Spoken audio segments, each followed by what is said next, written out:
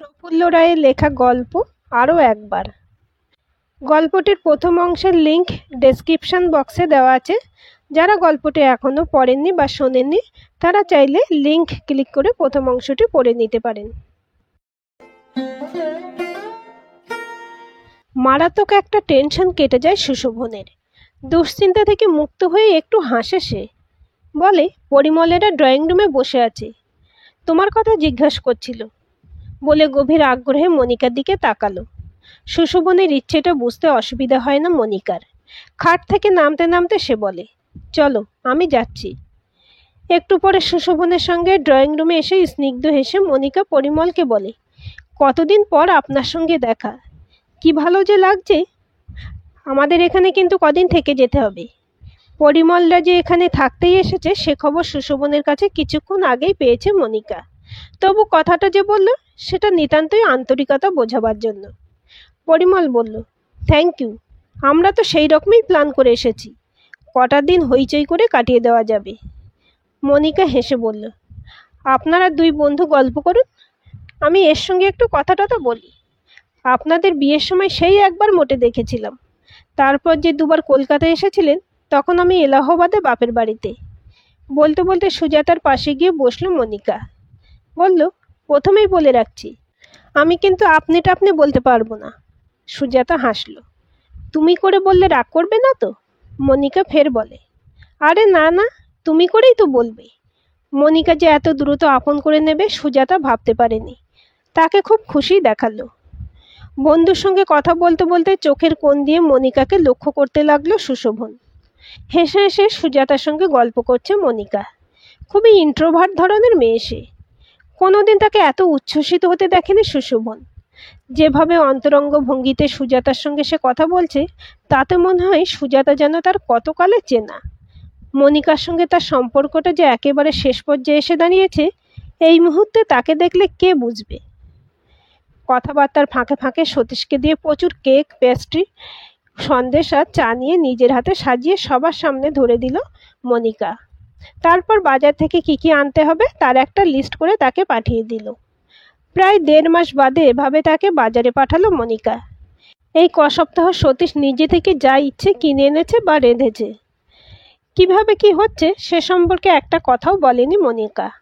এমনকি রান্নাঘরে উঁকি পর্যন্ত দেয়নি। গভীর উদাসীনতায় সংসার থেকে নিজেকে গুটিয়ে নিয়ে চুপচাপ নিজের ঘরে বসে থেকেছে। সতীশ ও সুশোভনের মতোই অবাক হয়ে গেছে। বিমূঢ়ের মতো মনিকাকে দেখতে দেখতে সে চলে গেল। এদিকে আচমকা কিছু মনে পড়ে যেতে পরিমল স্ত্রীর দিকে ফিরে বলল, ওদের জন্য কী সব এনেছো সেগুলো বার করে দাও। আরে তাই তো। ব্যস্তভাবে নিজেদের সুটকেসটা খুলে সুশোভনের জন্য দামি প্যান্টের পিস, টাই পিন, টেপ রেকর্ডার এবং মনিকার জন্য ফরেন কসমেটিক্স, হাউস কোট ইত্যাদি ইত্যাদি কত রকমের জিনিস যে বের করে দিল সুজাতা। সুশোভন বলল, এত কী সব এনেছিস, তোদের কি মাথা টাথা খারাপ? সুজাতা এবং পরিমল একসঙ্গে জানালো, এমন কিছুই তারা আনেনি, খুবই সামান্য জিনিস। হাত পেতে হাউস কোট টোট নিতে নিতে ভেতরে ভেতরে কুঁকড়ে যাচ্ছিল মনিকা। এসব তাকে নিতে হচ্ছে সুশোভনের স্ত্রী হিসেবে, যার সঙ্গে কিছুদিনের মধ্যেই তার সম্পর্ক চিরদিনের মতো ছিন্ন হয়ে যাবে। এই উপহারগুলোতে তার এতটুকু অধিকার নেই। এক ধরনের ক্লেশ এবং অস্বস্তি মনিকাকে খুবই কষ্ট দিতে থাকে। মনে মনে সে স্থির করে ফেলে এলাহাবাদ যাবার সময় এর একটি জিনিসও সে নিয়ে যাবে না, সব এখানে রেখে যাবে। মনিকা নিজের মনোভাবটা মুখে চোখে ফুটে উঠতে দেয় না, শুধু বলে, এর কোনো মানে হয়? ওদের কথাবার্তার মধ্যে একসময় বাজার করে ফিরে আসে সতীশ। কি কি রান্না হবে ভালো করে তা বুঝিয়ে দেয় মনিকা। শুধু তাই নয়, মাঝে মাঝে গল্পের ফাঁকে ফাঁকে উঠে গিয়ে রান্না দেখিয়ে আসে, কখনো বা চা করে আনে। অতিথিদের যে এত যত্ন করতে পারে, যে এমন নিপুণ সুগৃহিণী, কদিন পরেই তার সঙ্গে আর কোনো সম্পর্ক থাকবে না ভাবতেই বুকের ভেতর অদৃশ্য কোনো শিরা ছিঁড়ে যায় সুশোভনের। দুপুরে খাওয়া দাওয়ার সময় অদ্ভুত একটা ব্যাপার ঘটে যায়। টেবিলের একদিকে পাশাপাশি বসেছে পরিমল এবং সুজাতা, তাদের মুখোমুখি মনিকা এবং সুশোভন। মনিকা অবশ্য একসঙ্গে বসতে চায়নি, সবাইকে খাইয়ে পরে খাবে বলে ভেবে রেখেছিল, কিন্তু সুজাতা রাজি হয়নি। একরকম জোর করে তাকে সঙ্গে নিয়ে বসিয়ে দিয়েছে। মনিকার ইঙ্গিতে এবং নির্দেশে সতীশ সবার প্লেটে খাবার দিয়ে যাচ্ছিল। একটা বড় মাছের মাথা সে যখন পরিমলের প্লেটে তুলে দিল তক্ষুনি পরিমল সেটা সুজাতার পাতে তুলে দিল। লজ্জায় এবং সুখে মুখটা আরক্ত দেখাচ্ছে সুজাতার। ওদিকে সতীশ আর একটা মাছের মুড়ো সুশোভনের পাতে দিয়েছে। দ্রুত সুশোভন এবং মনিকা পরস্পর দিকে একবার তাকায়। আগে হলে মুড়োটা কিছুতেই নিত না সুশোভন। মাছের মুড়ো মনিকার খুব পছন্দ, কিন্তু এখন তাদের যা সম্পর্ক তাতে হুট করে মুড়োটা তুলে দেওয়া যায় না। ভেতরে ভেতরে ভয়ানক অস্বাচ্ছন্দ্য বোধ করতে লাগলো সুশোভন। এদিকে আচমকা চেঁচিয়ে উঠল পরিমল, কিরে শালা, তুই তো টেরিফিক সেলফিশ দেখছে। সুশোভন চমকে ওঠে, কেন, কি করলাম? নিজে এত বড় মাছের মুড়োটা সাবড়ে দেবার তাল করছিস, আর তোর বউ মুখ চুন করে বসে আছে। বউকে কি করে ভালোবাসতে হয় আমার এক্সাম্পল দেখেও শিখলি না? মুড়োটা মনিকার পাতে তুলে দে এক্ষুনি। সুশোভন অস্পষ্ট গলায় কিছু একটা বলতে চেষ্টা করলো, বোঝা গেল না। মনিকাই তাড়াতাড়ি বলে উঠল, মাছের মুড়োটুড়ো আমার ভালো লাগে না, ভীষণ কাঁটা। এরপর যান্ত্রিক নিয়মে খেতে লাগলো মনিকা আর সুশোভন। পরিমল অবশ্য প্রচুর কথা বলছিল আর করছিল দেশ বিদেশের সময়কার মজার মজার সব গল্প। একটু একটু করে হাসছিল সুশোভন, মাঝে মধ্যে হুঁ হাঁ করে যাচ্ছিল। খাওয়া দাওয়ার পর সুশোভন বলল, সতীশকে বিছানা করে দিতে বলি, তোরা একটু রেস্ট নে। পরিমল জোরে জোরে মাথা ঝাঁকায়, দিবানিদ্রা দেবার জন্য কুয়েত থেকে তোরা এখানে এসেছি নাকি? কদিন এখন শুধু আড্ডা, বাংলা সিনেমা, তাস, বাংলা থিয়েটার, এটসেট্রা এটসেট্রা। 2 মিনিটের ভেতরে কদিনের একটা প্রোগ্রামও ছকে ফেলে পরিমল। আজ এই দুপুরবেলায় তাসার আসর বসবে, বিকেলে চাটা খেয়ে একটা বাংলা নাটক কি সিনেমা, রাত্রে ফিরে এসে আবার আড্ডা, তারপর ডিনার, অবশেষে ঘুম। কাল সকাল থেকে আড্ডা, নাটক ইত্যাদি ব্যাপারগুলোর সঙ্গে ছেলেবেলার বন্ধুদের বাড়িতেও হানা দেবে। কটা দিন কলকাতাকে জমিয়ে মাতিয়ে পরিমলরা আবার কুয়েতে ফিরে যাবে। ঠিক হয় কাল থেকে দিন 4 সুশোভন ছুটি নেবে। কাজেই ড্রয়িং রুমে আবার সবাই চলে আসে। হালকা মেজাজে নতুন করে গল্প টল্পর ফাঁকে একসময় সুশোভনকে ডেকে দক্ষিণ দিকের ব্যালকনিতে নিয়ে যায় মনিকা। বেশ অবাকই হয়েছিল সুশোভন। জিজ্ঞেস করে, কিছু বলবে? হ্যাঁ, আস্তে মাথা হেলিয়ে দেয় মনিকা। তোমার বন্ধুরা আমাদের জন্য এত জিনিস এনেছে, ওদেরও আমাদের দিক থেকে কিছু প্রেজেন্টেশন দেওয়া দরকার, নইলে খারাপ দেখাবে। এই ব্যাপারটা আগে মাথায় আসেনি, অথচ আসা উচিত ছিল। সংসারে সব দিকে মনিকার চোখ কান খোলা। বরাবরই সুশোভন লক্ষ্য করেছে তার কর্তব্যবোধে তুলনা হয় না। মনিকা সম্বন্ধে রীতিমতো কৃতজ্ঞতাই বোধ করল সে। তবু আন্তরিকভাবে সে বলল, হ্যাঁ হ্যাঁ, দেওয়া তো নিশ্চয়ই দরকার। ওদের জন্য তোমার পছন্দ মতো কিছু কিনে এনো, তুমি নিয়ে এসো না। দোকানের ভিড়ভাট্টে আমার যেতে ইচ্ছে করে না, সাফোকেটিং মনে হয়। তুমি একসময় চলে যেও, ওরা যেরকম প্রোগ্রাম করছে, পরে যাওয়ার সময় পাওয়া যাবে, গেলে এখনই যেতে হয়। বেশ তো, গাড়িটা নিয়ে চলে যাও। মনিকা নিজে ড্রাইভ করতে জানে। সুশোভন বলা সত্ত্বেও মনিকা কিন্তু গেল না, দাঁড়িয়েই রইল। সুশোভন জিজ্ঞেস করল, আর কিছু বলবে? মুখ নামিয়ে দ্বিধান্বিতের মতো মনিকা বলে, মানে, বলেই থেমে যায়। হঠাৎ সুশোভনের মনে পড়ে ডিভোর্স সম্পর্কে মোটামুটি একটা সিদ্ধান্ত নেবার পর থেকেই আলমারির চাবি নিজের কাছে আর রাখে না মনিকা। সতীশকে দিয়ে সুশোভনের কাছে আগেই পাঠিয়ে দিয়েছে। দ্রুত নিজের বেডরুমে গিয়ে বালিশের তলা থেকে চাবির গোছাটা এনে মনিকাকে দিতে দিতে সুশোভন বলে, আলমারির থেকে টাকা নিয়ে যাও। কুণ্ঠিত মুখে মনিকা বলে, কিন্তু।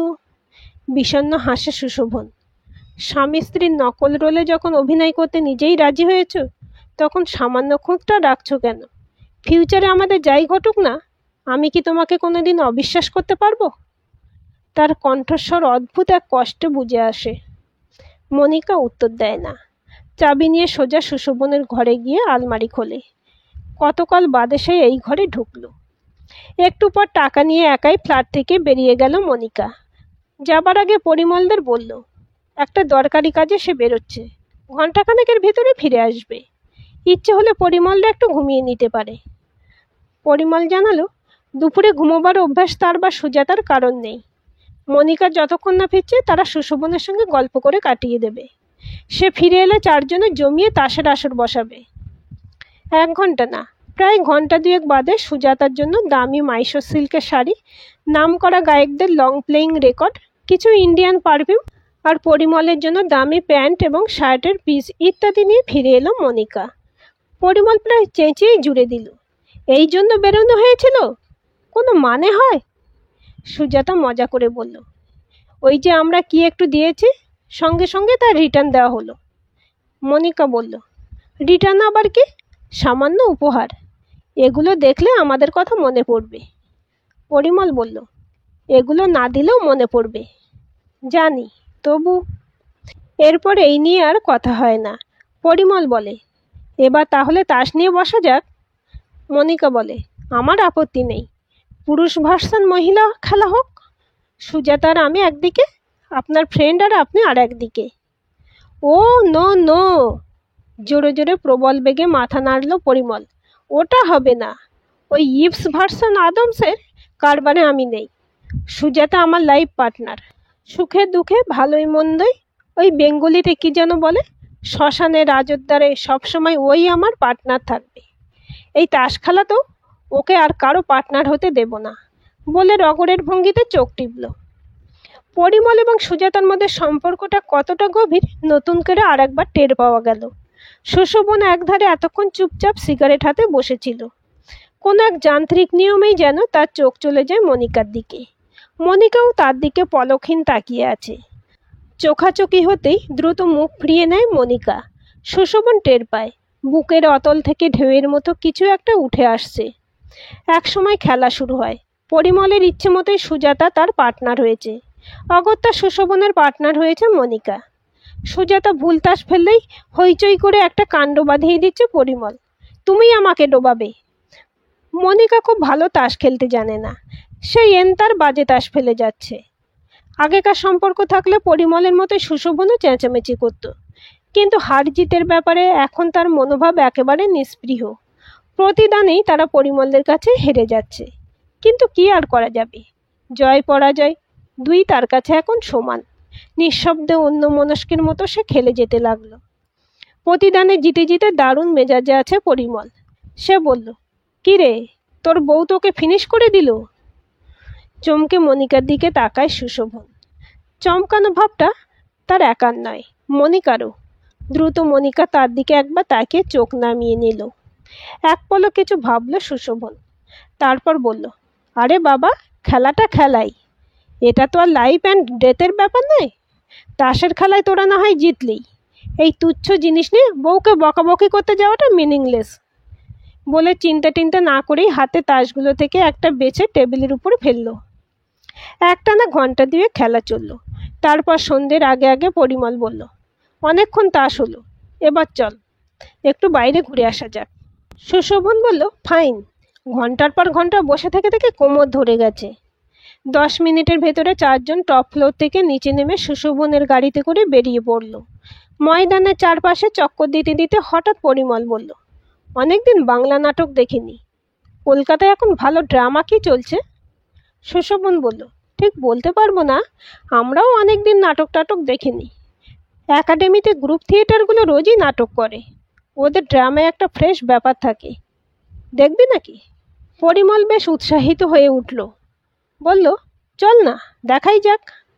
আহামরিও না, আবার খুব খারাপও না। একটা নাটক দেখে ফ্ল্যাটে ফিরতে ফিরতে রাত 9:30 বেজে গেল। রাত্রি খাওয়ার পর আরও কিছুক্ষণ আড্ডা টাড্ডা দিতে দিতে পরিমলের হাই উঠতে লাগলো। সে বলল, ঘুম পাচ্ছে রে, এবার শুতে হবে। আমি আবার রাতটা বেশি জাগতে পারি না। শোয়ার কথা চমকে উঠল সুশোভন, কেননা তার এই ফ্ল্যাটে মোটের 2টো বেডরুম। পরিমলদের যদি একটা ঘর ছেড়ে দেওয়া হয়, অন্য ঘরটায় তাকে আর মনিকাকে থাকতে হবে। অনেকদিন মনিকা এবং সে এক ঘরে রাত কাটায় না। একটু ভেবে সুশোভন বলল, এক্ষুনি শোবার ব্যবস্থা হচ্ছে, এক কাজ করা যাক। কি? তুই আর আমি এক ঘরে শোবো, আমাদের বউরা অন্য ঘরে। সেই কলেজ লাইফে তুই আর আমি কতদিন এক বিছানায় রাত কাটিয়েছি। এতদিন পর যখন একটা চান্স। সুশোভনের কথা শেষ হতে না হতে প্রবল বেগে 2 হাত এবং মাথা নাড়তে নাড়তে পরিমল বলল, নো নো নেভার। কলেজ লাইফে যা হয়েছে হয়েছে, এখন আমাদের ম্যারেজ লাইফ। বউকে ছাড়া আমি ভাই ঘুমোতে পারবো না। পরক্ষণেই গলার স্বরটা ঝপ করে অনেকখানি নামিয়ে বলল, তুই কি রে, বউকে ফেলে আমার মতো একটা দুম্ব পুরুষের সঙ্গে শুতে চাইছিস? তোদের মধ্যে কোনো রকম গোলমাল টোলমাল হয়েছে নাকি? বলে রগরের ভঙ্গিতে হাসতে লাগলো। নেহাত মজা করার জন্য কথাটা বলেছে পরিমল, কিন্তু সুশোভন এবং মনিকার শিরদাঁড়ার ভেতর দিয়ে বিদ্যুৎ চমকের মতো কিছু খেলে গেল। তাদের সম্পর্কটা কি বাইরের একজন মানুষের চোখে ধরা পড়ে গেছে? দ্রুত পরস্পরের দিকে একবার তাকিয়ে নিল তারা। তারপর সুশোভনই আবহাওয়াটাকে সহজ করে নেবার জন্য হেসে বলল, ঠিক আছে বাবা, তুই তোর বউয়ের কাছেই শুবি। ম্যারেজ লাইফের হ্যাবিট তোকে নষ্ট করতে হবে না। সতীশকে দিয়ে একটা ঘরে পরিমল এবং সুজাতার বিছানা করে দেওয়া হলো এবং নিতান্ত নিরুপায় হয়ে অন্য ঘরটায় গিয়ে ঢুকলো সুশোভন আর মনিকা। দরজায় তারা খিল দেয়নি। পাল্লা দুটো ভেজে কিছুক্ষণ চুপচাপ মুখোমুখি দাঁড়িয়ে রইল দুজনে। তারপর মনিকা আস্তে আস্তে ডান দিকে জানালার কাছে গিয়ে বাইরে তাকিয়ে রইল। জানালার ফ্রেমের ভেতর দিয়ে যে আকাশ দেখা যায়, সেখানে হাজার হাজার তারা জরির ফুলের মতো আটকে আছে। রূপো থালার মতো গোল চাঁদ উঠেছে। অপার্থিব জ্যোৎস্নায় ভেসে যাচ্ছে কলকাতা। শহর এখনো ঘুমায়নি। নিচে অবিরত গাড়ি চলার শব্দ। অবশ্য হাই রাইজ বিল্ডিংয়ের এই টপ ফ্লোরে বাতাসের ছাঁকনির ভেতর দিয়ে সেই আওয়াজ ক্ষীণ হয়ে উঠে আসছে। সুশোভন খুবই অস্বস্তি বোধ করতে লাগলো। দ্বিধান্বিতের মতো খানিকক্ষণ দাঁড়িয়ে থাকার পর আস্তে করে বলল, পরিমলটা ভীষণ ঝামেলায় ফেলে দিল। মুখ ফিরিয়ে এদিকে তাকায় মনিকা। সুশোভন কি বলতে চায় সে বুঝেছে। ধীরে ধীরে চোখ নামিয়ে নিল সে। সুশোভন এবার বলল, আমি বরং এক কাজ করি। আবার চোখ তুলে তাকায় মনিকা, তবে কিছু বলে না। সুশোভন বলে, আমি বাইরের ড্রয়িং রুমে গিয়ে শুই, তুমি এখানেই থাকো। আধফোটা গলায় মনিকা বলল, কিন্তু কি? ড্রয়িং রুমে তো সতীশ শোয়, ওখানে? ইঙ্গিতটা বুঝতে অসুবিধা হয় না। কাজের লোকের গা ঘাঁসঘাঁসি করে বাড়ির কর্তা গিয়ে শোবে, দৃশ্যটা একেবারেই মনোরম নয়। তাছাড়া সতীশ ভাববেই বাকি। সুশোভন বলল, তাহলে? ঘরের চারপাশে একবার দেখে নেয় মনিকা। তারপর বলে, তুমি শুয়ে পড়ো, আমি ওই জানালাটার ধারে সোফায় বসে থাকি। একটা তো রাত, আজকে রাতটা না হয় না ঘুমিয়ে কাটাবে, কিন্তু পরিমলরা তো কয়েকদিন থাকছে, বাকি রাতগুলো। মনিকা কিছু বলতে যাচ্ছিল, তার আগেই হঠাৎ পাশের ঘর থেকে টুকরো টুকরো হাসি জড়ানো গাঢ় গলার আবছা আবছা কথা, চুমুর শব্দ, খুনসুটির আওয়াজ ভেসে আসতে থাকে। চমকে মনিকা সুশোভনের দিকে একবার তাকালো, পরক্ষণেই মুখ নামিয়ে নেয়। আর সুশোভনের সমস্ত অস্তিত্বের ভেতর দিয়ে তীব্র স্রোতের মতো অনেকক্ষণ একটানা কি যেন বয়ে যেতে থাকে। নিজের অজান্তেই কখন যে সে মনিকার কাছে চলে এসেছে জানে না। কোনো এক অভ্রান্ত নিয়মে তার হাত মনিকার কাঁধে উঠে আসে। সঙ্গে সঙ্গে কি এক অলৌকিক বৈদ্যুতিক ক্রিয়া ঘটে যায়। হঠাৎ সুশোভন টের পায় মনিকার মুখ তার বুকের উপর আটকে আছে এবং মনিকার শরীরটাও ক্রমশ তার শরীরের ভিতরে মিশে যাচ্ছে। অনেকক্ষণ চুপচাপ দাঁড়িয়ে থাকে তারা। তারপর কাঁপা গম্ভীর গলায় সুশোভন বলে, তোমার দাদা অমল এলে বলবে তুমি এলাহাবাদ যাবে না। আর একবার আমরা চেষ্টা করে দেখি না, তুমি কি বলো? মনিকা উত্তর দেয় না। অনবরত তার মুখটা সুশোভনের বুকে ঘষতে থাকে। একটু পর সুশোভন বুঝতে পারে তার বুক চোখের জলে ভেসে যাচ্ছে। মনিকার কান্না তার মধ্যেও বুঝিবা ছড়িয়ে পড়ে। ভাঙা ভাঙা ঝাপসা গলায় বলে, কেঁদো না, কেঁদো না। আজকের এই গল্পটি আপনাদের কেমন লাগলো কমেন্ট করে জানাবেন। ভালো লাগলে অবশ্যই একটা লাইক দেবেন আর চ্যানেলটি সাবস্ক্রাইব করে সাথে থাকবেন।